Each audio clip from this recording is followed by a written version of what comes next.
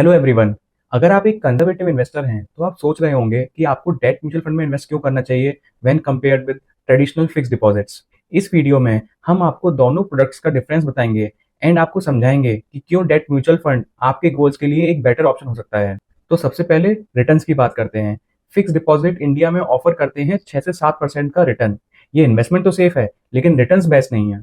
वहीं date mutual fund invest करता है in fix income securities like government and corporate bonds. ये investment आपको ऑफर करता है 7 से 8% का रिटर्न या फिर उससे ज्यादा।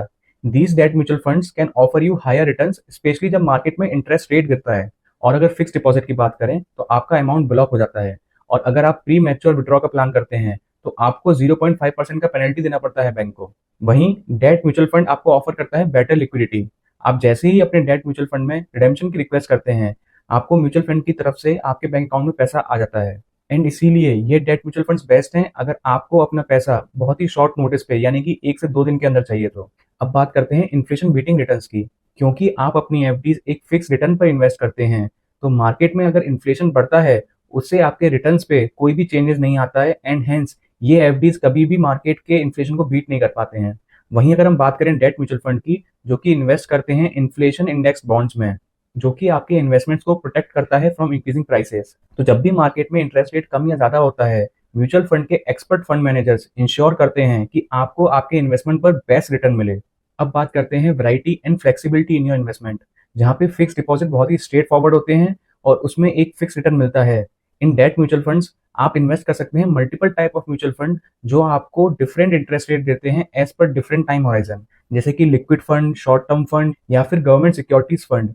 सो in different varieties of debt mutual fund की वजह से आप एक डाइवर्सिफाइड पोर्टफोलियो क्रिएट कर सकते हैं अपने इन्वेस्टमेंट्स के लिए। अब बात करते हैं मार्केट में होने वाले इंटरेस्ट रेट के चेंजेस का ऑन योर इन्वेस्टमेंट्स। एफडीज में क्योंकि आपके इन्वेस्टमेंट एक रेट पे लॉक हो जाते हैं तो अगर मार्केट में इंटरेस्ट रेट गिरता है फिर तो आपके लिए अच्छा है क्योंकि आपको अभी भी हायर रिटर्न मिलेगा। लेकिन अगर मार्केट में इंटरेस्ट रेट बढ़ता है तो आपको अपने एफडीज को तोड़े बिना नया इंटरेस्ट रेट का बेनिफिट नहीं मिलेगा।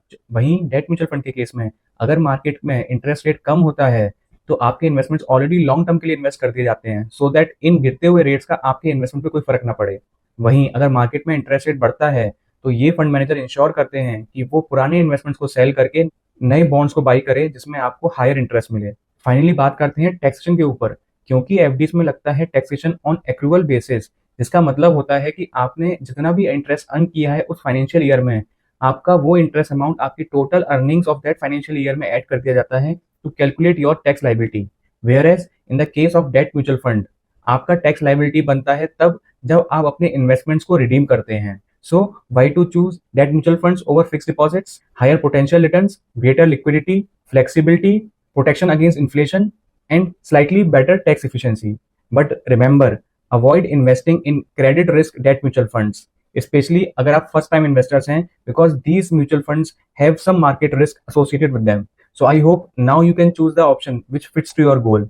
और अगर अभी भी डाउट है तो आज ही इन्वेस्ट करो 5,000 each in bank fix deposit and in a debt mutual fund to know the difference on your own.